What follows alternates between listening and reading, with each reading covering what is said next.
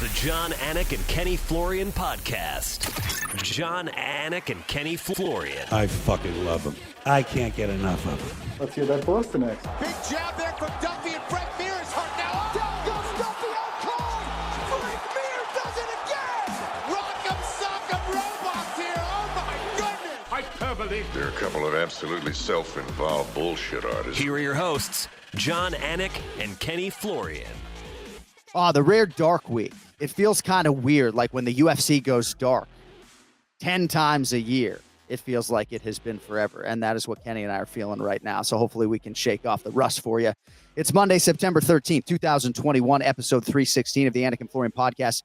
Scheduled off week for us on Labor Day, and I threw out a little caveat to you and our producer, Cody Merrow, that unless something crazy happens at UFC Fight Night Brunson versus Till, we're going to go dark on Labor Day, no sponsors, and one of our 2 to 3 week annual resets. And then, of course, Modestas Bukowskis gets his leg kicked off, and I'm texting you guys, you think we should go live or something? Because I don't know if the oblique kick should be allowed or not, but it's good to see you after a week away, my man. It's good to see you as well, man. This sport, though, right? Like every week there's something. So I don't know if the solution is to just not schedule any more dark weeks, but it was foolish of me to say, yeah, unless something absolutely crazy happens, if Darren Till like murks Brunson in 20 seconds but I think we're all becoming conditioned to not just serious injuries, but something crazy happening in that octagon every week. So a lot to get to on that front. Time permitting, we might talk a little bit about the fight that really shouldn't have happened between Vitor Belfort and Evander Holyfield. A lot of stuff coming up with Ray Longo in about 30 minutes as well. And we will also try to memorialize as best we can one of my best friends, the late, great UFC makeup artist, Suzy Friton, who lost what was just an epic battle with stage 4 breast cancer over the last several days. And I guess I shouldn't even say lost, because watching her attack that thing is something that'll stick with me for the rest of my life. But we will begin headlines with UFC Fight Night Brunson versus Till. And with respect to Patty Pimlet and Molly McCann and Jack Shore and Khalil Roundtree Jr. kicking the hell out of Modestas Bukowskis' leg, let's start with the main event winner, because that Wikipedia page for Derek Brunson is looking fine, Ken Flo. 5 consecutive wins since the November 2018 loss to Israel Adesanya, who was not the champion then. And Brunson's one of the best wrestlers in this division. There's more to the package than that. But on a night when Brunson didn't have his best stuff, coming in after a training camp that didn't allow him to really do too much because of some injuries, Derek Brunson shines again. The winning streak is 5, and he's right in the mix at 185 pounds, kid. Yeah, it's amazing. These are the kind of turnarounds, I guess, in their career where you kind of can sit back, enjoy, and feel happy for a guy like Derek Brunson.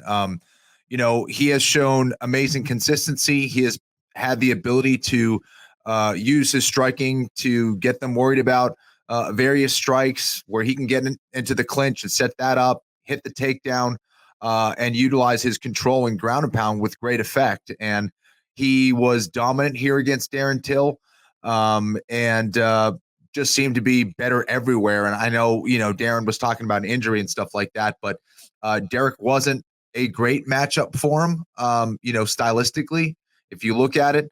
And for Darren Till, this is going to be a big setback. And Derek Brunson now getting closer and closer to a potential opportunity to fight for the belt, man, which is just amazing and, really and pretty damn awesome. To think about where he was after that Adesanya loss, and people just were so dismissive of that effort that night and his chances moving forward. And I do want to shout out our Odd Shark handicapper, Joe Osborne, because he sits in the back room and hears you and Ian pick Darren Till, and he has to stay convicted in his belief that Derek Brunson would cash as a plus 155 underdog, and he did.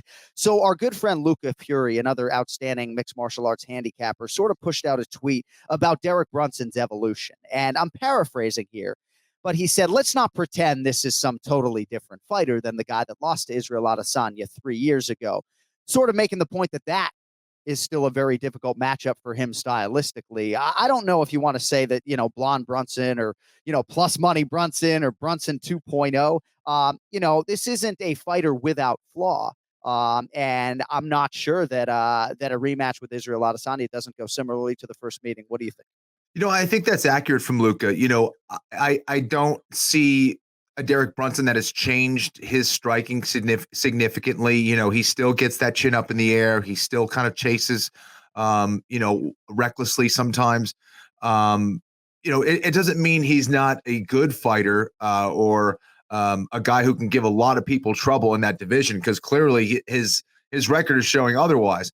However, I think there hasn't been a whole lot as far as evolution since that Israel Adesanya fight. But, the improvement of skills isn't everything. I think that getting your consistency has a lot to do with your mindset and your approach and how consistent you are with your training. And I think those are the kind of things that are setting into Derek Brunson, and why we're seeing that level of consistency now at 185 pounds. So skill wise, I would agree with Luca, but I think there's other aspects to the game that I think is making Derek Brunson a better fighter in other ways. Brunson realized a lot of success before he left Wilmington, North Carolina. And certainly he was at Albuquerque, at Jackson Wink MMA Academy there for a while in Albuquerque, New Mexico, when he was in his formative years as an MMA fighter. But he really wanted to prove in a lot of respects for much of his career that he could run his own training camp in Wilmington, North Carolina, and still realize great success. And for a while he did. But since aligning with Sanford MMA, I mean, what else can you say? Just being one of the best in the room and not always the singular best in the room has obviously paid dividends. And, Henry Hoof gets a lot of credit, and rightfully so. But you're increasingly starting to hear these athletes shout out the great wrestling coach, former American collegiate wrestler Greg Jones, man. He's a great coach. He's a great cardio coach. He's a great wrestling coach. And I think he has helped Derek Brunson immeasurably as well. You've seen a lot of these bigger fighters too, 85ers, 205ers, heavyweights, start to go to Sanford MMA. There's a Darren Till side to all of this as well. Where are you, by the way? I mean, this Kenny Florian Roadshow, are you in Oregon today? Is that where you are? I am in Bend, Oregon. I'm at Mac Danzig's gym. Doing a couple seminars out here. Okay, so a couple of Brazilian jiu-jitsu seminars with old friend Mac Danzig. So are you at his gym right now, or are you at a hotel? I am. I'm at his gym right now. It's much better Wi-Fi here. Yeah. The Wi-Fi is great. You sound fucking great. Thanks for bringing your microphone on the road. We appreciate that. So you went home after BattleBot. Scale of 1 to 10, by the way. How glad are you that that's done right now, huh? Oh, my God. That's an undertaking. It was so much work, man. So good to be home. Yeah. I see the Kenny Florian signs, by the way. These BattleBot fans, folks, bringing in fucking Kenny Florian signs. Like, I love Kenny Florian more than my mom. Unbelievable. And Cody tells me your jiu-jitsu seminars are sold out at Mac Danzig. They are, actually. Yeah. I'm excited. So, yeah. Kid's a fucking needle mover. Unbelievable. I tried actually to sign up for that seminar, but it was jiu-jitsu, so I all right, so Darren Till.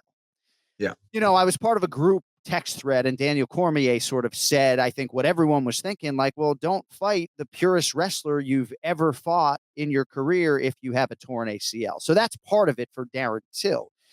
And I guess his performance is harder to quantify now because of that injury coming in. You don't know what he was or wasn't able to do in training, but the defensive wrestling still leaving a lot to be desired. To me, he seemed, and again, I'm a fan, I'm not the analytic expert, but he seemed panicky in those situations. Obviously, it was a quick tap once Brunson got his rear naked choke in. You got anything for us on Till after, what now on paper is a fourth loss in his last 5? It's a major setback. And, it's tough because a lot of these fighters are in these situations where we hadn't seen Darren Till for a little while. He perhaps was in a tough financial situation where you had to take this fight. Not the best matchup, but sometimes you got to do what you got to do. And sometimes because you are tough and determined and believe in yourself, you make some poor decisions as well as a fighter. And I think, this was a very tough matchup given the circumstances, especially. And he's going to have to claw his way back big time, man. That this was not a great performance from him. And I don't know. I think a big disappointment. For me, I always thought Darren Till had a lot of potential as a fighter, and either this knee injury was significant to the point where it caused this type of performance, but you also can't take away from the performance of Derek Brunson and how good he is at setting up those takedowns as well. So I don't know, man. Darren Till's got some serious work to do. He's got to rebuild himself. And when you're trying to get better as a grappler, it takes a much longer time, in my opinion, than it is if you need to improve your striking. And he's going to have to go back to the drawing board and get a wrestling coach and get some jiu-jitsu going to where he can really be elite in this division. Otherwise, he could be fading away.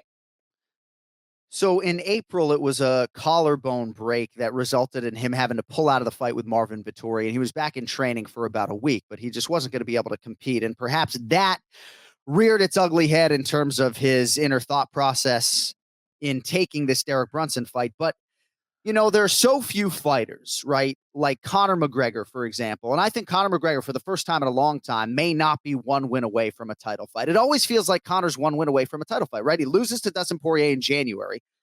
And then you felt like, well, you beat him in July. You're one win away from, you go fight Charles Oliveira, right? And for Darren Till, it was interesting because going into this fight with Derek Brunson, and he was about a 2-1 favorite to win this fight, kind of felt like, man, Israel Adesanya wants to fight Darren Till. He's fresh blood, for lack of a better way to put it. So it kind of felt like even though Till had lost 3 of 4, all he had to do was produce one win. And if he got a finish, maybe he was on that short list. Right. Now, I think that's a harder sell, but perhaps for Darren Till, he thought, hey, I pulled out of the Vettori fight, didn't lose too much, see if I can catch lightning in a bottle and catch something here with Derek Brunson and then go into surgery. I don't know what's going to happen, but yeah, this is a tough setback for Darren Till. And he's no longer one win away from a middleweight championship opportunity. So I also think it's interesting. You have Jared Cannonier, who fought in a middleweight main event against Kelvin Gastelum just a few weeks before Derek Brunson and Darren Till. You have Robert Whittaker, who obviously is going to be the next number 1 contender. Brunson says he's going to wait out. And I think at this point, Ken Flo, I don't know if he was born in the 1970s like us, but right, 38 years old, you've won 5 in a row. I think it's the right career decision to scream from the rooftops, title shot, lay back. A lot of people want to see Brunson and Cannonier in a possible eliminator. But I think Brunson's wise to sit on the sidelines and wait. What do you think about all that? I think so as well. I think it's important that you brought up his age and where he's at this point in his career. This is something that makes sense. He stayed pretty busy. And I think he has the ability and opportunity to kind of sit back and wait to see how things play out. And I would love to see the UFC give him that shot. All right. We are going to try to get back to Tom Aspinall and Paddy Pimlet. If not, we'll get some stuff from Longo. But I want to talk about this Khalil Roundtree Jr. TKO of Modestas Bukauskas with the leg kick. So if you didn't see it, fairly gruesome depending on how this stuff is for you. I mean, DC literally can't look at this stuff. You were sitting there calling the fight, like, I don't know. I mean, the Weidman thing was far worse to me than this, at least in terms of the aesthetic. But much of the conversation is not necessarily about Roundtree Jr.'s win. It's about whether or not this technique should be allowed in mixed martial arts. And I just want to read a quote from my former colleague, Dan Hardy, one of the finer analytical minds in the MMA space. He said this to Submission Radio. And I don't know where Ken Flo falls on this because I've been waiting to hear your thoughts, and I'm dying to know. Because I think my take as a non-fighter, we can just toss aside. I'll give you my opinion after you share yours, but I don't really think my opinion matters too much in all of this. So Dan Hardy to Submission Radio. It shouldn't be banned. It's an effective technique. If we start banning effective techniques, then we're going to find ourselves with a very, very limited rule set. I think we need to recognize it's an occupational hazard. On football fields, rugby pitches up and down around the world on a weekend basis, people are getting their knees destroyed in the same way that Modestas Bukauskas did. It happens very rarely in MMA. Anybody that says it should be banned, have them name 3 people that it has happened to, because it's very difficult to recall any time when it actually happens in MMA. He went on to say it's the same as knees to the head on the ground as well, and on it goes. But he's surprised that this is even being something that is considered. You have other fighters like Brad Quake Riddell who just say you work so hard, right? And it's so hard to stay healthy as is. He just would like to see this technique removed. So it seems as though your fellow fighters largely are split on this. How do you feel about this technique and its usage in modern day mixed martial arts? To me, I think this is tricky. And I think that a lot of times we use the wrong arguments to justify these things.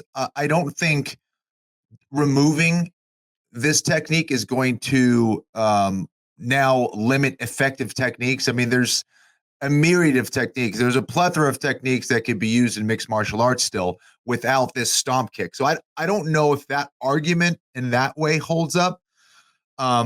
Should it be banned? I don't know. The other argument I hear is that, oh, well, are you telling me that you can kick to the head, you can destroy someone's brain cells with a kick to the head, but you're not allowed to blow someone's knee out? The other argument that I hear is, well, you can do a knee bar. How is that any different? Well, let me explain. I think, Please. first of all, when you have a knee bar, there's varying degrees of pressure where you feel your knee about to blow, right? You got that 1,000, 2, 1,000, 3, 1,000. I'm ready to tap, or 4, 1,000, 5, 1,000. I feel the pressure. There's a tremendous amount of pressure. I have the decision to tap in that way. When I'm stomping your knee, you have 0.01 seconds to tap. You're not going to be able to tap in that time. There is no decision making. Right. Your knee is either okay or broken, right?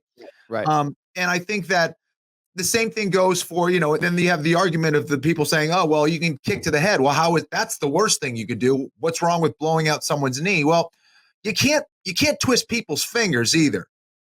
You can't grab someone's throat.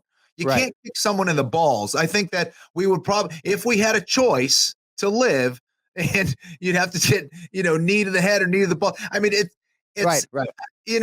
There's so many different ways to approach this. I think the big thing for me is like, how devastating and how easy of a technique is this? Is this a technique that should be executed by a professional mixed martial arts fighter?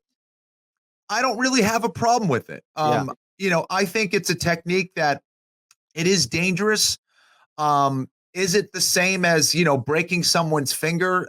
I don't think so. I think it's more of a higher level technique. Right. However, it does get tricky because of, if you are comparing it to a submission like a knee bar, you don't have a whole lot of choice in getting the opportunity to tap. So I don't know. It will certainly cause a lot of injury, I think. So what if you're in a knee bar and Husamar Poliatis is the guy who has your knee, and then you tap and he doesn't let go? What are you supposed to do then? Right. Well, I mean, that guy, the reason why he's not in the UFC anymore. Yeah. Unbelievable. But I guess it comes down to, how we view these techniques and kind of what kind of questions we're asking. Is the knee stomp an acceptable risk for fighters to take? I don't know. Right. Largely, I'm aligned with you. And I think when you start policing lower leg attacks, right? I mean, I've joked with you, like my twin brother is so sick of the calf kick narrative that he would love to see them say, you know what? Enough of that shit, right? So again, it's like when I see a high profile ranked lightweight like Brad Riddell come out and say, man, we just worked too hard for it. It certainly invokes a thought process in me, but largely I am aligned with Dan Hardy on this for the most part, and you, at least in terms of this particular technique. Yeah, I think it kind of comes down to, is this considered too brutal, or is it within the sport of limits of mixed martial arts? And I think it does fall within it. And in terms of the brain, right? You can quantify knee damage, right? We can't quantify brain damage. And I think that is an important part of Dan Hardy's message too, right? Yeah. It's like, this is, and the other thing too is, can you think of 3 guys who have had their knees blown out? Because I can't off the top of my head. So I do think that point is well taken as well. Sure. But this was clearly, Flo, strategically something that Roundtree Jr., there was a tell from Bukowskis, and then I have an opportunity here to, I agree. The only thing with that we haven't seen it, more than 3 times, is that we don't see it thrown so much, as far as it's like, we didn't see I didn't see the calf kick my whole career that I fought 7 years in the UFC. Yeah. But all of a sudden we did. So it could be something that it could change drastically if now people seeing that. It's like when Anderson Silva, knocked out Vitor Belfort with that front kick to the face. Everyone was trying to do it. Right. You see these ebbs and flows in the techniques that are used in mixed martial arts. This could be the beginning of a lot of knee breaks too. So who knows? I think it's still a technique that's coming in, and that could change. But Dan Hardy is correct in saying that. I can't remember more than 3. Very interesting. Certainly John Jones has used that tactic in the past. It's hard for me to recall him actually landing one seminal blow that blew out a guy's knee. All right, so Tom Aspinall disposed of Sergey Spivak, and he felt like his initial opponent, Sergey Pavlovich, might have been the more dangerous guy, but felt like Spivak on short notice was the more well-rounded threat. This feels a little bit weird talking about this 9 days removed, but the narrative going in was that Tom Aspinall is this new wave of athletic young heavyweight that could be a real problem. And even though maybe he's not on Cyril Gane's level just yet, the first thing I brought up in our fighter meeting with Tom Aspinall was Cyril Gane, because I think both of these guys are sort of on this ascent together, and I think they might lock the door behind them soon if they keep it up. What'd you think about Aspinall a couple weeks ago? I think Aspinall had a great performance. I think this was kind of the one that I thought that he could go out there and execute, and he certainly did that. I think he has a high level of athleticism. I think that he's showing that potential that I saw in his first fight in the UFC. And so long as he continues to make good decisions out there, I think he's going to go very far in that heavyweight division, no doubt. All right, Paddy Pimlet. How long did it take us, Cody, to get to Paddy the Batty Pimlet? I guess if ever there would have been a reason for us to crack a mic on Labor Day when we weren't scheduled to do so, it might have been Paddy Pimlet. It's been sort of fun to watch his Instagram numbers just tick up, 20,000 every 2 minutes or whatever the hell it is. But hey, man, he was a huge star overseas. Increasingly now domestically, he's becoming a star because he called a shot in his UFC debut that it would be a first-round knockout. He said, "Mark my words," and that is exactly what he was able to produce. Now, he faced some major adversity in his UFC debut. And if we were sitting here talking about Luigi Vendramini, stopping the hype train in its tracks, then it's a totally different world in which we live. But that did not happen. What'd you think of Paddy Pimblett's UFC debut? I've seen a lot of his fights outside of the UFC, and, watching his fights in the UFC, I was hoping, or watching his debut in the UFC, I was hoping that I was going to see a more refined version of Paddy. And I just didn't see that. There's no way that he could, with that style, have long-term success in the UFC. So I think that was my concern. As far as excitement level, as far as aggression, as far as determination and all that stuff, he's got it. I love it. I love his energy. I love his willingness to get out there and scrap, but he's got to be extremely careful. This was another guy in his UFC debut who almost knocked him out. So I think that, I was concerned with it. That was also a punch that would have knocked out, I mean, maybe 80% of the other fighters in that division. Right. I mean, it was a brutal shot. Paddy was able to survive and come back, but, defensively, he's got some work to do. And, I think he's got a lot of potential. There's no question about it.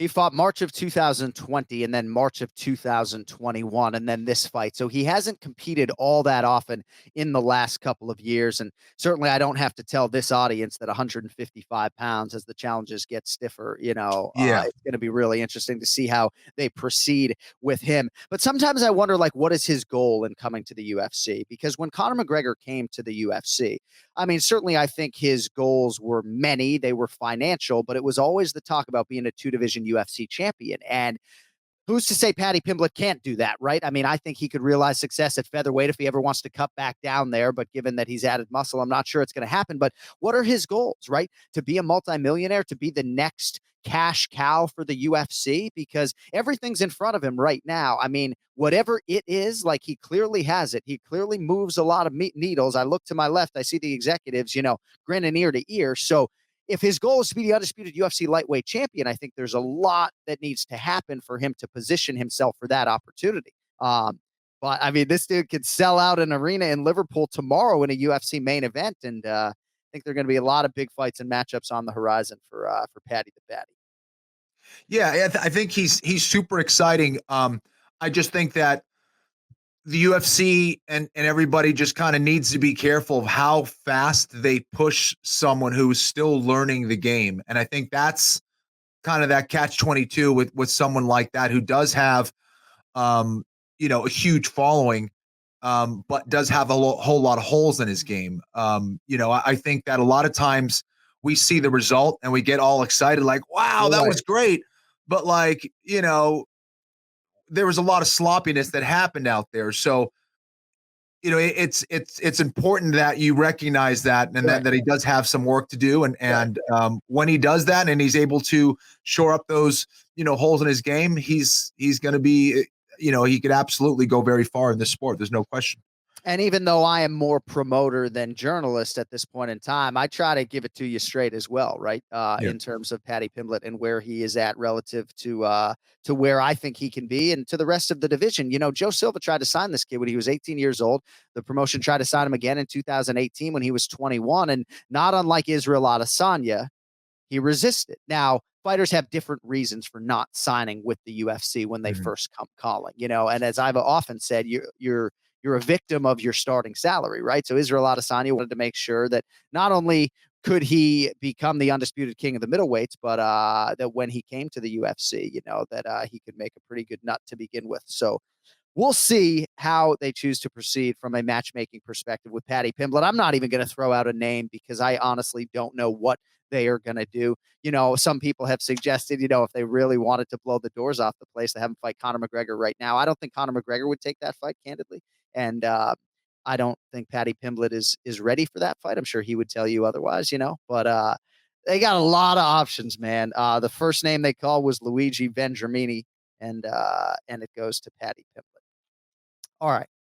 Before we get to Ray Longo, I just want to tell you about a company called Millions.co, because you're looking at my One More Sleep t-shirt right here. And I have a line with these folks, and I couldn't be happier. For a lot of professional athletes, fighters, podcast hosts out there, one of the biggest challenges, present company included, is to build and monetize your own brand. I think for a lot of athletes out there, public figures to whatever degree, it's just hard to think about an e-commerce store, setting all that up, a website, everything else, all sorts of logistics. Doesn't make a whole lot of sense. So that's where Millions comes in. E-commerce platform that I believe in to such an extent that I aligned with these folks a few months ago. And so did Thug Nasty Bryce Mitchell, by the way. Shout out to Bryce Mitchell and Bruce Buffer, who is a co-founder of the company. But whether you're an MMA athlete, an amateur athlete of any kind, professional athlete on a smaller scale, public figure, perhaps you just have a podcast like this, well, Millions.co is going to allow you to, among other things, build a merchandise line. They'll help you design. They did this design, by the way, for One More Sleep. They'll help you with the design effort if you need that. And you can start selling right away, up within 48 hours of final design approval. You can also get paid to do other things, simple shout outs, Ask Me Anything videos as well. You can even run your own live watch party at Millions.co, and it's all completely free to sign up. If you go to Millions.co right now, you can create your own profile. You can check out mine. Promo code Anik if you want to get some One More Sleep gear. But if you are a mixed martial arts fan out there, and I know most of you are, I would encourage you, go check out Millions. Use the AMA shout-out feature or just pick up some merchandise today. And if your favorite fighter is not on there yet, tag them on Instagram and let them know. It's Millions.co, promo code ANIK. And we shout out the entire team at Millions for sponsoring this week's episode of the Anik and Florian podcast. All right. It's been 2 weeks. Let us get to the star of the show. That's Ray Longo. It's now time for the Ray Longo Minute. I want you to punch a hole in this fucking chest. That's what I want. The Ray Longo Minute. Starring Ray Longo. The John Anik and Kenny Florian podcast. There he is. Look at that shirt, huh? You see the shirt? Where's the... Yes. Hey, Cody. There we go. Oh! And the great Ray Longo now joins us. Looks like you're schwitzing a little bit, fresh off the mats or what? Little jiu-jitsu practice this morning. Nah. It's I'm right off the mat. Tris. Yeah. That's So the we have a and the mattress. mattress. There you go. Yeah. So Those are we have mad- a lot. We have a lot to get to with you today. We didn't have a show last week. We didn't get into the whole Brunson Till stuff. So I want to talk to you a little bit about all of that. But I want to start with somebody who I held just so dear, our longtime makeup artist and really my best friend. That's a woman for sure in this world. Suzy Friton passed away on September 9th. And many of our listeners know the story. She was diagnosed with stage 4 cancer in March of 2020. And I was with her in the hospital at that time, a few days before UFC 248. And, I'll never forget that last show that she worked about a year and a half ago, because I got back to my dressing room after the post-fight show, because she would always wait. As you can attest, you guys know how great a person she was, but she would always wait for me to finish up. She was like lying on the floor in our dressing room, just in pain from just exhaustion. This was a year and a half ago, I'm like, of course she stayed to take my suit or whatever. And I I don't know. I've just never met somebody who's so selfless, so giving. And you saw as soon as she went public with her diagnosis, all these fighters devoting their wins and post-fight interviews to her, Rose Namajunas and Jimmy Rivera. She just made such an imprint on this roster and all of the athletes and their significant others that you see just how beloved she was when she passes away. And I've taken some small bit of solace in that. But last Thursday was one of the saddest days of my life. There's no doubt about it. Yeah, I mean, I'm sorry to hear that, and it's, again, way too early. And, you know, it's nice when people have that type of an impact, and I think that's why you feel it so much, is that it's a loss. Like, it's a real loss. Like, you know, you might hear somebody passing away that you haven't talked to in a year. It's not the same. You know, it's a different vibe. But when you're communicating with people daily, it's tough, man. I'm not even remotely ready to talk about the loss that I felt, but no, I know, and I feel your pain, man. I mean, I really do.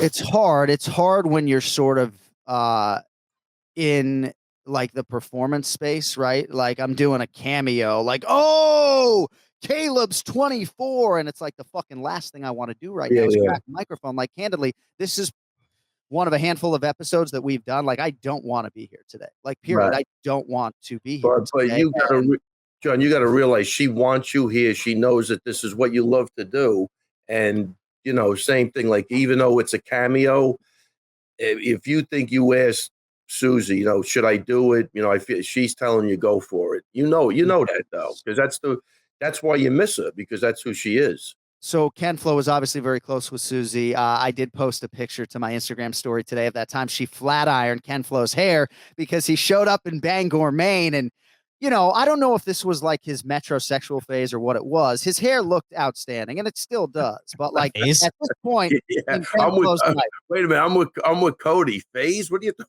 When does the phase? It never went away. When did it end? Yeah, when did it end, Kenny? Yeah. But like at this stage in Ken Flo's life, like he was hot. Like he was really hot. And he came into the dressing room and he's like, Susie, I don't know what happened to my hair. She's flat ironing your hair. And I know, Kenny, like 3 years ago, you hadn't seen her in a couple of years. We picked you up at your hotel. The three of us went out for a little bit. And you're able to put this in a lot of perspective. Obviously, you know, this came 2 days before the 5-year anniversary of you losing your younger brother, Kirk. And I know it's been a heavy week for you. But you're always able to help me with a little text message trying to put this into its proper perspective. But I don't know, man, this one is really tearing a lot of us apart. Yeah, I'll do my best, man. You know, Susie was just one of those people who went above and beyond whatever she had to do, you know, whether it was flat ironing my hair or just, you know, there was no in her vocabulary. It was like, oh, I'll get it done. And she would always, you know, go above and beyond. She was one of the sweetest people in that organization, bar none. She always had time for you. And there wasn't a time that I can remember, no matter what she was experiencing, where she didn't have a smile on her face. She was always laughing. She had that big boisterous laugh.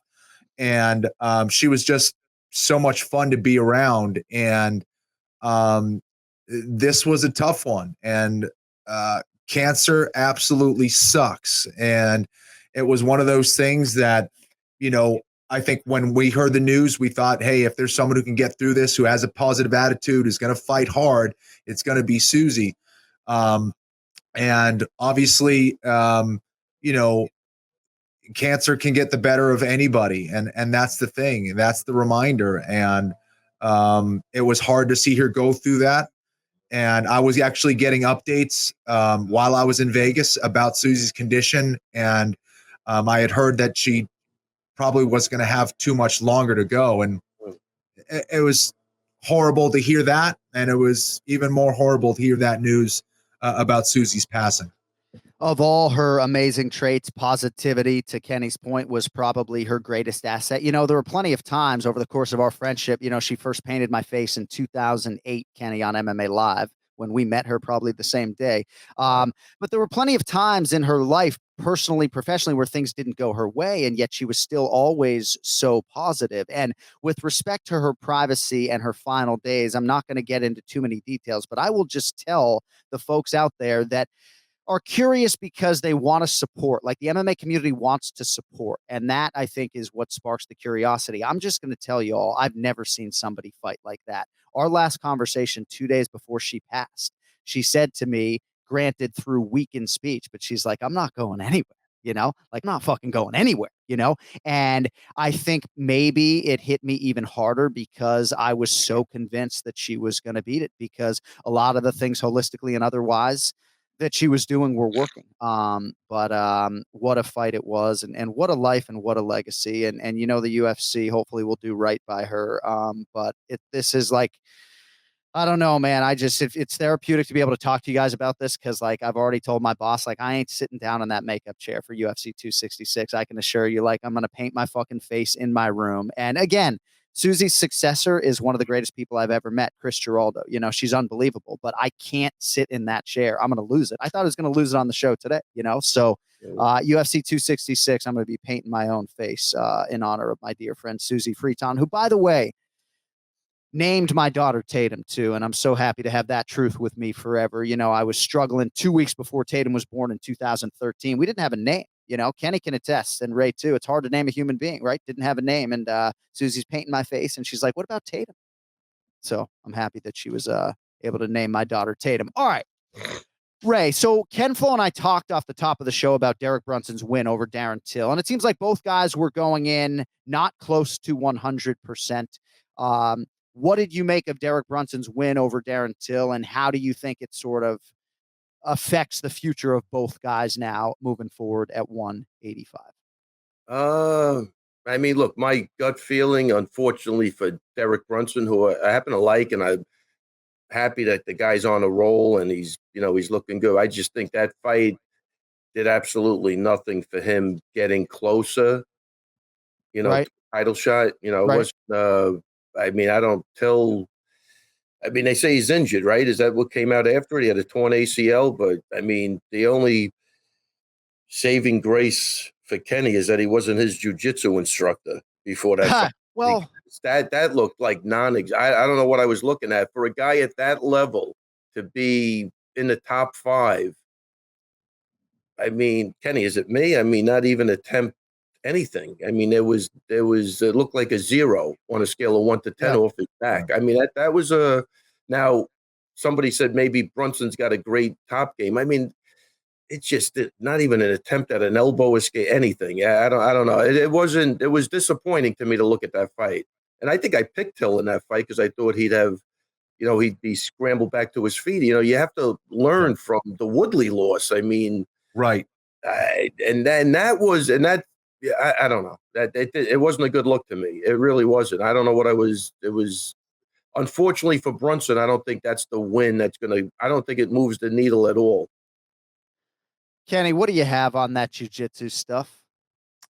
Yeah, I agree with Ray, and largely because of that Woodley fight. If that there's a glaring weakness in your game and that's where you're vulnerable, you think that a fighter's going to go, all right, I'm going to crush this area. I don't want this to happen ever again. I have the striking. I'm weak on the ground. I'm not going to let this happen. And we haven't seen that evolution. And I don't know if it's because, he's not putting in the work. He's not getting the right resources. How much had to do with that injury? I don't know. But even just kind of the way that he's moving, it just didn't seem like he knew what he needed to do. You know what I mean? Right. I could take a guess because I deal with it all the time, but there's guys, they just like to hit the pads. Right. Then they lose a fight because they get taken down. They're unhappy. I said to one guy one time, I go, you hit those pads again before you do any wrestling. Right. Get out of the fucking it's just, that's how bad it is. Like, it's, everybody does what they want to do, not what they have to do, right? And that's the issue. Like that. Yep. I don't know. I saw, look, again, if the guy's injured and he's got a torn ACL, which I still think you could have did something else. But Right. It just was not a good look. It really wasn't. And the guys, I mean, in this day and age in MMA, you have to be squared away in a bunch of different things, right? And I think that's the crazy part to me, not to be squared away and to make it as far as he did is amazing.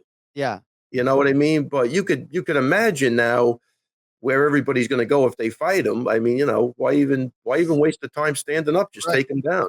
Right. I thought it was a bad look for where they were in their career. And not Brunson. Brunson did what he had to do. No, Brunson did what he had to do. But I don't think it's going to move the needle because there was no resistance at all. And that's where I'm having the problem if I'm really analyzing it. And the way the matchmakers are and stuff. But Derek, poor Derek thinks he's got to win and he's going on and they're going to tell him that was shit. You didn't do anything. Who knows what's going on? I hope he gets a title shot. I really do. Well, it's tricky because Jared Cannonier goes out as a -180 favorite against Kelvin Gastelum. And it wasn't a close fight per se, but a lot of people thought it was close, right? Gastelum certainly had his moments. We were singing KG's praises after the fact. So Cannonier goes out there as a 2-1 favorite, doesn't put Gastelum away. And Derek Brunson, who was also injured, goes out there as a near 2-1 underdog and fucking submits Darren Till, and that's somehow not good enough. You know what I mean? It's like you go and you choke the guy out, and I don't disagree with you, Ray. Like, I think they're going to make him fight one more, but it's like you cap this winning streak at 5 by submitting Darren Till as an underdog. Like, that should be enough as far as I'm concerned. But I think it should be, but unfortunately, you're always looking to build a title fight. There's more to it than just winning, right? It's got to be marketable. They have to, make sure, they get pay-per-view buys. And that's where I think it gets tricky in that fight. Does he deserve the title shot? 100%. Do I think he's going to get it? No. Right. And Cannonier hasn't fought Israel Adesanya. And again, Izzy's got to get through Whitaker, right? If Robert Whitaker beats Israel Adesanya, those guys could be destined for a trilogy. And then this whole division gets held up because of those two. And I say held up probably in the best of ways if those guys are fighting 3 times. But interesting stuff nonetheless. But I think you bring up a lot of important truths when it comes to Darren Till and the defensive grappling. Like, I'm not always in the business of criticizing coaches. Like, I don't know intimately what Team Calbon is doing on a day-to-day basis when it comes to their grappling. I believe Tom Aspinall, the UFC heavyweight, for a time headed up their grappling program. But if this result doesn't affect change after what happened against Woodley 3 years ago and now this, perhaps the ceiling is lower than I thought on Darren Till. No, we're not getting down on the coaches. I'm defending the coaches because I try to get guys to do stuff. Yeah, right. Trust me, it's not the coaches. I'm saying that's not a. Right. I mean, he doesn't have a coach telling him your striking's good enough. No one will ever take you down. That's not happening. He's just doing what he likes to do. It looks like to me. I don't know. That's the experience anyway. Hear a lot of athletes talk about the wrestling maintenance during their MMA careers and what a pain in the ass that is. I'm sure, Kenny, for you, some of the Brazilian jiu-jitsu maintenance over the course of your career when that jab was looking so good, but you probably absolutely. And it's also comes down to like who do you have in there? Like what kind of wrestlers, what kind of jiu-jitsu guys? And if you don't have guys that are pushing you every day, then you got to bring them in. I got to say, one of the things that always impressed me with Weidman was when he was on, like he was already years out of college, man. He was still crushing the guys that were good in college, whoever I never saw the guy have a problem. Yeah. I never saw the guy have a problem with the wrestling. Yeah. So he always maintained that. And, he always worked on his striking. So I don't know. All right, we've got a couple more minutes with the great Ray Longo. So Merab Dvalishvili, Aljamain Sterling, Ally Quinta, they all have fights on the books. Seems as though there's a pretty good vibe there. If Instagram is any indication, you look like a very happy man. I'm a happy man. Happy man. Everybody's back together. I think we're going to stay together, which makes me really happy. They're working their asses off. Saturday at the gym was beautiful. Sunday, I'm busier than I ever been, which I like, obviously. But I'm watching these guys vibe together, and we got some real good up-and-coming guys. It's just there's some really solid guys in the gym. There really is with everybody, and those guys are knocking it out of the park, man. So it's a good time. They all have everybody's got a super tough fight. I mean, we're in the big leagues, right? This isn't like, you're going in. I mean, the average guy will get killed, but these guys are fighting at the top level, so they have to be squared away. And what I'm seeing now is everybody's looking really good. All right, so I'm going to be calling Merab's fight here in a couple weeks, and I'm going to be calling Aljamain Sterling's fight on October 30th. Do you have anything resembling intel for me on either man? I know how close. So the two of you combined could never do a podcast because you both keep things so close to the goddamn vest. Now, do you have anything for me? Something like, well, hey, man, like Merab looks as good as ever, right? Like, I mean, I know his cardio's on point, but just something like, oh, Marlon's got, a lot of tricky weapons, we're mindful of this or whatever. I mean, or just like everybody's great, hunky dory. No, listen, Marlon's a killer, and again, when that fight got offered, that fight got offered to us right after he beat Cody Stamann in the hotel room. And my only stipulation is I want a 5-round fight. Dude, make it a main event. I think Merab deserves it. Marlon's a big name. Make it a main event because 5 rounds, 100% Merab gets that job done. 3 rounds, Marlon's a killer, man. Yeah. That first round is a pivotal round, so the other guy's he's not going to stop. He either goes out or he doesn't stop. So that's the fight. I thought I inferred with my attitude towards what you were saying at the beginning. Everybody's doing good. I got a good vibe. They're training hard. And no flights booked to Abu Dhabi as yet, correct? Not as of yet, but I'm going. I'm trying to get this vaccination thing down. What is it? I might have to get vaccinated. I don't know what I'm doing. I don't know what. I don't want to be hassled over there for sure. Right. If it comes down to getting like hassled, just give me any shot you want. My informed speculation right now about 6 weeks I out is hear that you probably would be hassled more if you're not vaccinated in terms of what you would be required to do. What you would be required to do. So I'll see what I can dig up for you. But see if you can, because I think it's pretty strict over there. But as of right now, definitely going. Booked for Merab, obviously. Yeah. Hey, real quick before we go though. I mean, we're not you want to nothing with the Holyfield Vita Belfort disgrace. All right, so I just destroy that for a while. I mean, who in their right mind is happy beating up a fucking 58-year-old? I swear to God, I don't know what I was looking at. I really what? Oh, so you watched it? I watched it. Yeah. Live or the highlight? That's what I do for a living. I'm into comedy. That's true. No, I understand. But you know what I mean? Like, I watched it, and I just thought it was disgraceful almost. You know what I mean? Like the guy's 60. We got down on McGregor for punching a guy in a bar that was probably 49. You know what I mean? This guy's 58 years old. Like, is that an accomplishment, Kenny? I mean, is it me? With that, is that an accomplishment? The fight never should have happened. The fight never should have happened. Like, you cannot. And talking, hats off to Andy Foster for not letting that fight happen in California too, because there comes a point with these guys you got to save them from themselves. And man, who didn't love Holyfield? Everybody loved him. Guy was a great fighter, one of the greatest. But does Vita Belfort actually think he beat Evander Holyfield? Because he sure acted like it, and I go, that's borderline insanity to me. Well, that's a whole other thing.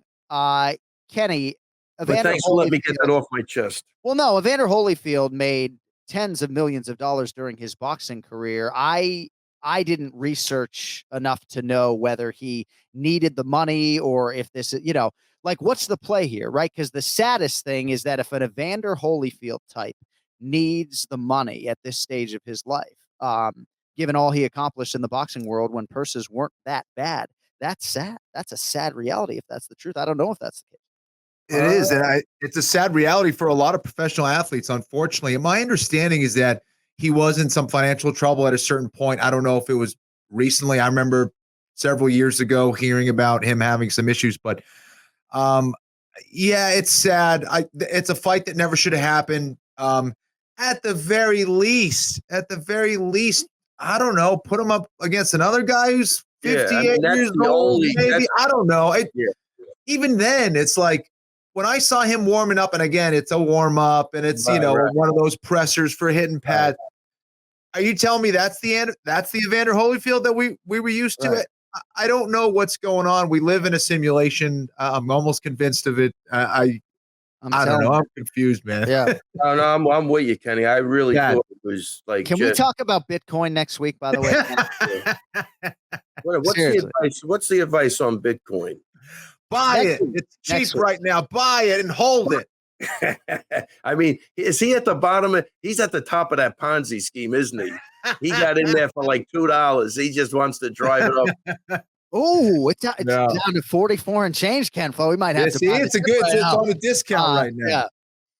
Yeah. So I lost my train of thought with the Bitcoin stuff. No, but Evander Holyfield, right? It is obviously a sad thing that he would need this payday, right? The Vitor Belfort side is that he was preparing for Oscar De La Hoya, who is in his age bracket, and if you're Vitor Belfort, right, obviously he made a lot of money in his career, right, but he's got 3 kids that he has to put through college, although at least 2 of them are going to get full rides, by the way, D1, one for volleyball, one for football. But like you're Vitor, Kenny, you're in a little bit of it, right? If they're paying you $2 million to show and you're preparing for a date and he's working hard, say what you want about the way he celebrated the win, Ray, but if you're Vitor, that's my only point is the way he celebrated. If he would have said, listen, man, give it up to Evander for just even stepping through those ropes, and how many 58-year-olds can even lace up a pair of bodies. There's something, but to act like you did something horrendous.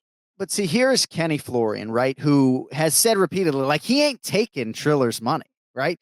But like Kenny could so easily, right, do any of these things, okay? Maybe his back wouldn't hold up, right? So maybe he would be presenting like a 30% version. I know he hates when we make him the center of attention, right? But like he could I think he hates when you give away his weakness. So in case he comes to it, they know what to go after. But I'm not sure. I'm just saying, like, he could do, like, if you presented him with bare knuckle boxing and they'll pay you like 3 or 5 Bitcoin, like part of him might be right, but no, because from a competition standpoint, he's in Oregon, right? You're pointing to the logo, Ray. I love it. But Kenny's in Oregon right now doing a jiu-jitsu seminar at Mac Danzig's. Now, I don't think they're paying him $50,000 to show today. Now, I could be wrong, right? But you can understand why somebody in Kenny's position who lives in Charlotte wouldn't want to go to Oregon to do a jiu-jitsu seminar when he could go do bare knuckle boxing and make $350,000. John, can you put a price on happiness for me right now? Put a price on happiness. I'm not happy. There's some of the richest people, they can't buy a good moment in their life. Everything's miserable. They got millions of dollars. Look at the smile on him. Look at him. Hey. I mean, he doesn't been back Danzig jiu-jitsu. Yeah, he's having a great time. He's not having a bedtime tonight. Am I wrong? Spreading the knowledge is something he loves. Put a value on that. Go ahead. I want to hear it. No, That's true. Knuckle boxing. What do you want? Let the guy be happy. I'm not trying to put words in his mouth, but I always think it's interesting when we have these conversations because one of the co-hosts of this podcast is a guy that on any given Saturday night could take advantage of one of these type of opportunities, and he's still fucking laughing. No, you know what? I think why he doesn't is because he still has his faculties. If somebody had to tell Holyfield, you can't do this. We're not letting you do it.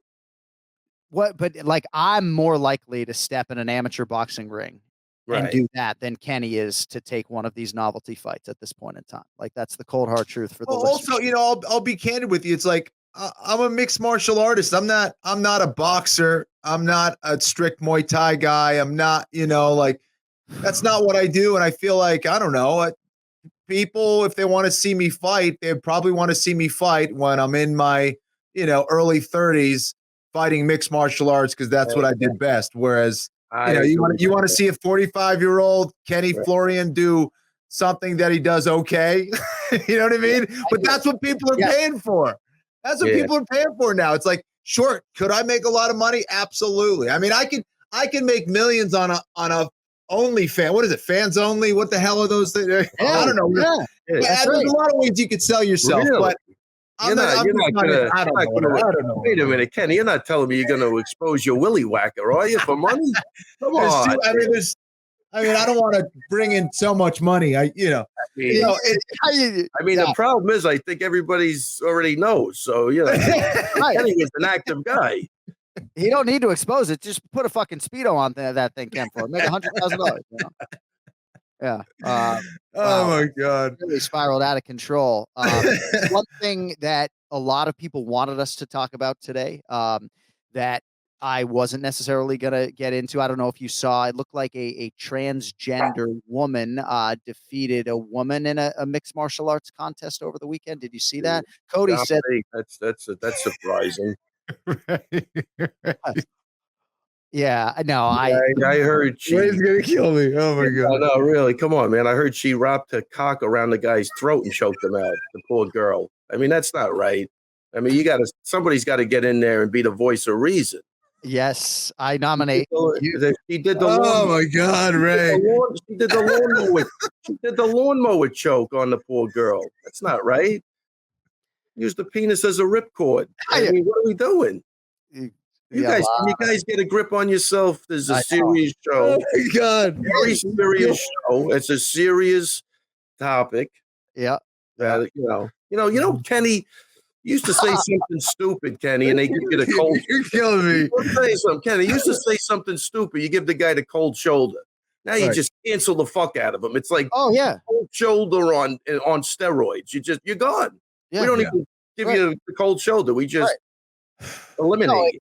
If you're as beloved as Ray Longo, you don't get canceled when you that's polarizing topics. And maybe this isn't even polarizing, but I will just say, Ray, there is a lot of literature out there right now. You can go to ESPN.com right now. Yeah. And there's I'll be running over there. I know you will. But there's a long form feature on, transgender athletes, and a 9-year-old girl who was born as a boy finally getting the chance to compete with girls in soccer or whatever. And, and I think philosophically and otherwise, there are a lot of people who have tremendous issues with this, right? And with somebody who was maybe born a man competing in a combat sports setting against somebody who was born a woman. And, I knew you might have some opinions. No, look, on a serious note, just the athletic commissions are there to establish a fair playing field. Yeah. If it's fair, I'm for it 100%. I'm confused as to how, it's almost like we said like Kenny said with Holyfield, like get him another 58-year-old at least. Not that anybody wants to see it, but at least you could say it's fair, right? Based on that. Right. This doesn't seem like it's fair. I mean, you could do Florian Lozon too. In a bar in Boston. You could do any goddamn discipline you want. You could do boxing. Oh my God. You could certainly do, you could certainly do quintet ultra match between Lozon and Florian. But wow. Anyway, he's just not going to stop, Kenny. He's not. He keeps pushing me. No, the thing is, go ahead.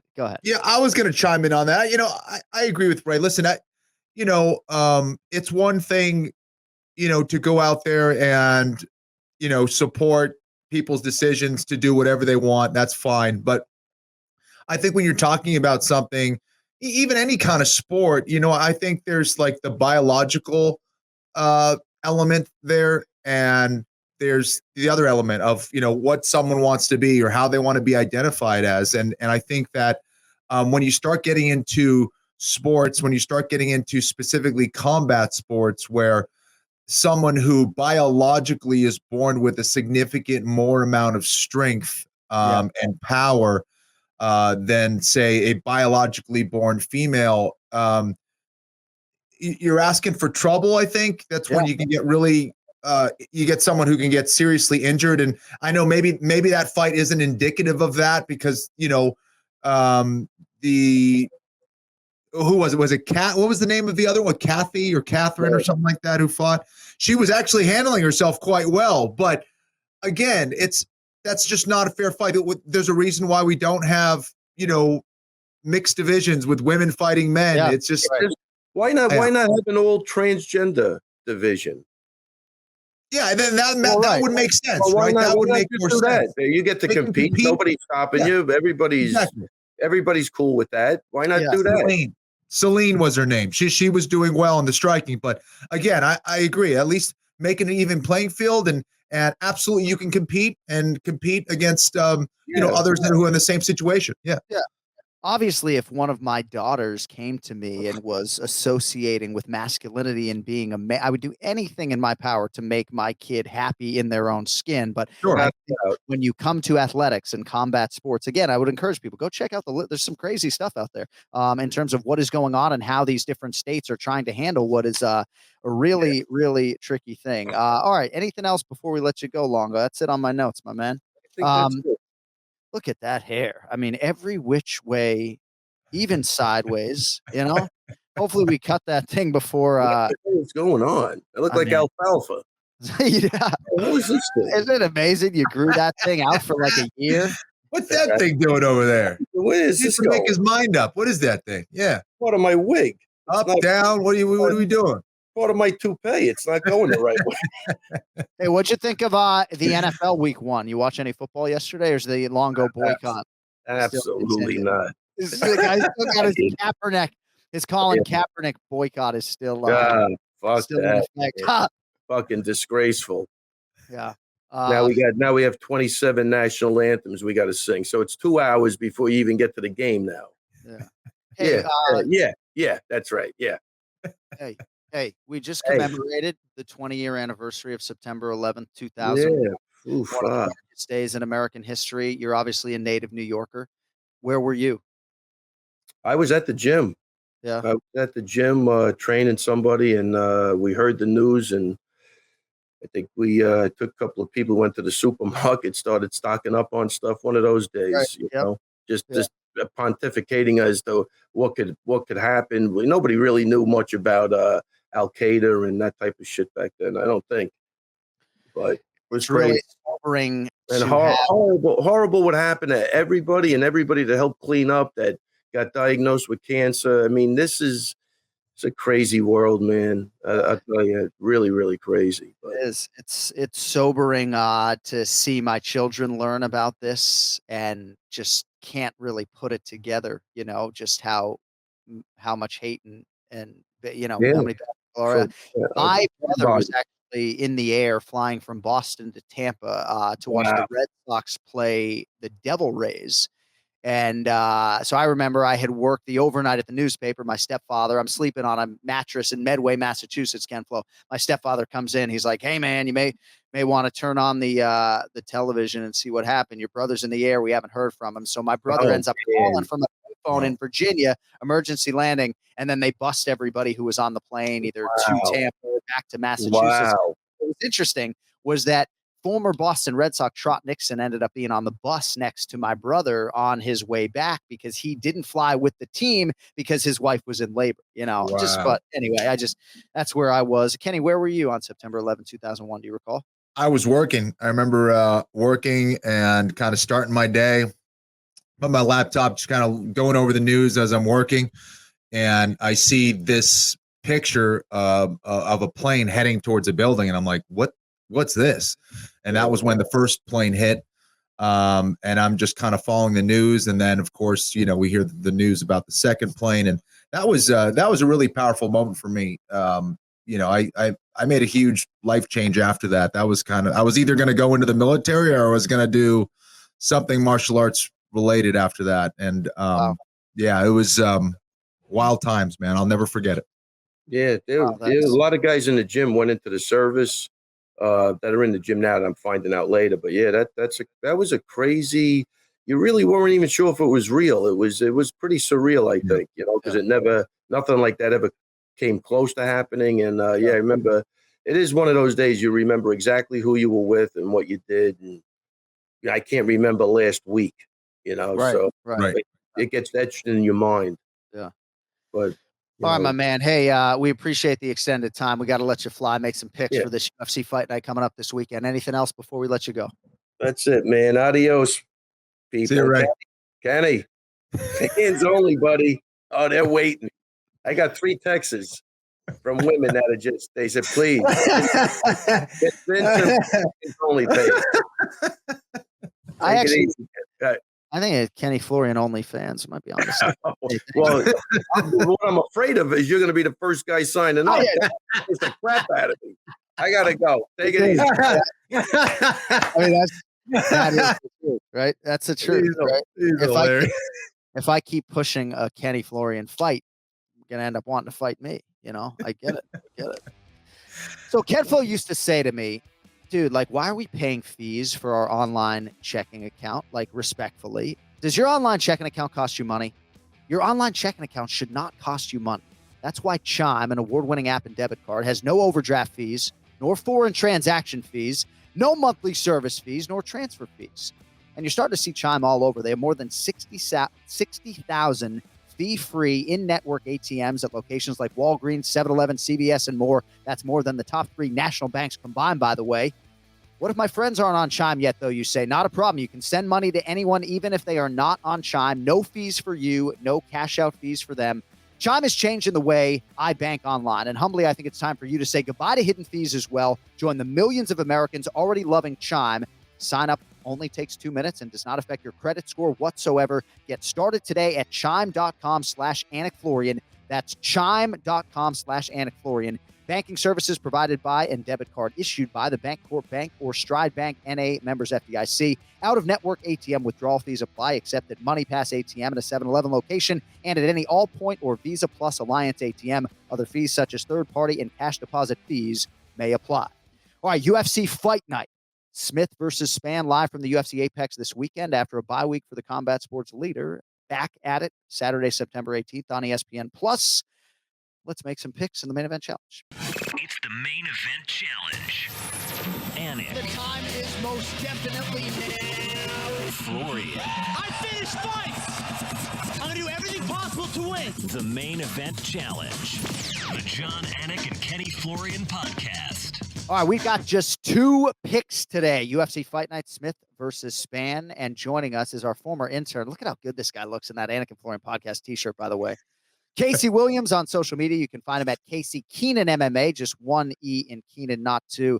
Casey, good to see you. Thanks for classing up the joint after Ray Longo. Thank you. Is my hair a little better than Ray Longo's or what? Your hair, your shirt. I mean, Much it looks better. like you guys might both have gone with the maroon AF monogram did. t-shirt today, but yours looks clean. Like his collar was like wilting away. What did he do with that? Drag it behind him in a car? What's going on? I was telling you off the air that I lint rolled this shirt. I'm I telling got you. it dry cleaned. I went all above It's and beyond iron. the podcast debut. Beautiful. Well, it's great to have you with us, and we appreciate all your hard work over the last several months. And I know you know this stuff well. Let's get into the co-main event, at least as it holds right now. Iwan Kutelaba is the minus 135 betting favorite against Devin Brown Bear Clark, who is plus 115. We'll take the round and the method of victory as well. So Kutelaba is sort of an interesting case, right? Just 1 win in his last 5 fights. Doesn't really tell the whole story. Last fight, though, a split draw against Dustin Jacoby. And on the other side, Devin Clark, he was submitted by Anthony Smith last November in a fight that actually got elevated to main event status, if I'm not mistaken. But Brown Bear had won 2 straight prior to that loss. Casey Williams, Kutelaba, Clark in the co-main event. Who wins? This is an interesting fight. I think Devin Clark, first and foremost, I think he's an athlete. He's mentioned off air in interviews that he has aspirations of being a bobsledder. After the UFC, he has inspirations to deadlift 1,000 pounds. And he was discovered on Dana White's Looking for a Fight. So I do think this is going to be a must-win for either fighter. I think both of which are a little bit underperforming compared to expectations. Right. Ion Kutelaba is a fighter. He doesn't have any aspirations outside of the cage. He wants to fight. This guy cannot do anything else other than fight, in my opinion. He was a born fighter. He's not going to bobsled. He's not going to deadlift 1,000 pounds. Right. He is going to fight. That's all he wants to do. I think in this fight, the grappling is going to negate each other. I think you have Ion Kutelaba, who's got a Sambo background. You have Devin Clark, who's a junior college All-American wrestler. So I think it's going to be on the feet. When it's going to be on the feet, I think Ion Kutelaba's aggression is going to be the difference maker. I think if he can maintain the same energy that he brings to the weigh-ins, when he's grabbing Justin Jacoby from the back, he's getting in his opponent's face right before the fight. If he can bring that same energy to Devin Clark and make it a nasty fight, it's going to be Ion Kutelaba's fight to win. So I'm going to go with Ion Kutelaba via knockout in round 1. And another point is Devin Clark, in 3 out of his 5 career losses, he's been finished in the first round. How about that, including the last one against Anthony Smith? All right, Kemflo, what do you think? Cutelaba and Clark in the co-main. Yeah, I think Casey broke it down beautifully. I think, I think that's where Devin's going to be most susceptible. I think that's where Yuan Cutelaba is most dangerous, is in round one, especially. He goes out like a bat out of hell in that first round. And I think if Devin isn't looking to clinch, he might be in trouble there. I think I like Devin's leg kicks, but boxing wise, he's going to have to be careful with Cutelaba. I think Cutelaba wins this fight, though. I think his aggression, his ability to come forward is going to be the difference, like Casey said. And I like a round one knockout as well. All right, main event in the light heavyweight division. Number 6 in the world, Anthony Smith, minus 165. 11th ranked Ryan Spann, plus 145 for his first UFC main event. We'll need the round of the method of victory, boys. So Anthony Smith, 2 straight wins for him, last of which came against Jimmy Crute, April 24. On the other side, Ryan Spann, I didn't realize that he was this shiny in the UFC. 5-1 in the octagon. He's won 9 of 10 overall. Only man to beat him in the UFC, Johnny Walker, by knockout last September. Spann, though, responded in kind with a big finish of Misha Serkunov earlier this year. Casey Williams, competitive main event. I think it's properly priced. Smith versus Spann under the lights on Saturday night. Who wins it, and how do they get it done? I think this is an interesting fight. I think it's all going to come down to which Anthony Smith shows up. Is this the Anthony Smith of old, who was the world beater, who was in there with John Jones, who was in there with Alexander Gustafsson, who was in there with Glover Teixeira? Obviously, he lost to John Jones and Glover Teixeira, but he had an amazing performance against Alexander Gustafsson. Ryan Spann, I think, brings a lot to the table, and I think he can win the fight. Ryan Spann is trained out of Dallas with Saif Saud, your buddy, out of Fortis MMA. So I have to be careful about what I say about Ryan Spann, because I never want to run into that guy in Dallas and have to face any of his wrath. But Ryan Spann, his advantage is going to be athleticism. He's a huge guy. He's a huge light heavyweight. He's 6'5". He's got a reach advantage. He's extremely athletic and extremely violent and extremely aggressive. But with that, he's fighting Anthony Smith, who's a much more technical fighter. Anthony Smith, in my opinion, has a technical striking advantage and a significant technical grappling advantage. Anthony Smith is a black belt in Brazilian Jiu-Jitsu. Ryan Spann is a blue belt in Brazilian Jiu-Jitsu. Where Ryan Spann has got a lot of his opponents early on is going to be a modified guillotine that his opponents will shoot for a single or a double, a kind of a sloppy single or double takedown. And Ryan Spann will get them in a modified guillotine and end the fight early. He is not going to catch Anthony Smith, a black belt in Brazilian Jiu-Jitsu, in a modified guillotine off a sloppy takedown. So I hope that Anthony Smith is back. I think Anthony Smith, he's got 51 fights.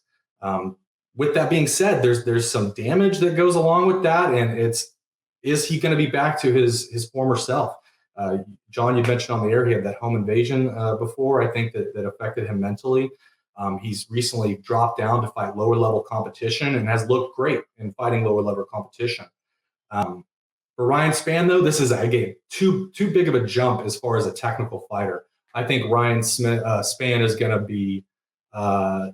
be outclassed by Anthony Smith, and as far as the technique goes. So, with that being said, I think Anthony Smith is going to just basically let Ryan Spann wear himself out. He's going to weather the storm.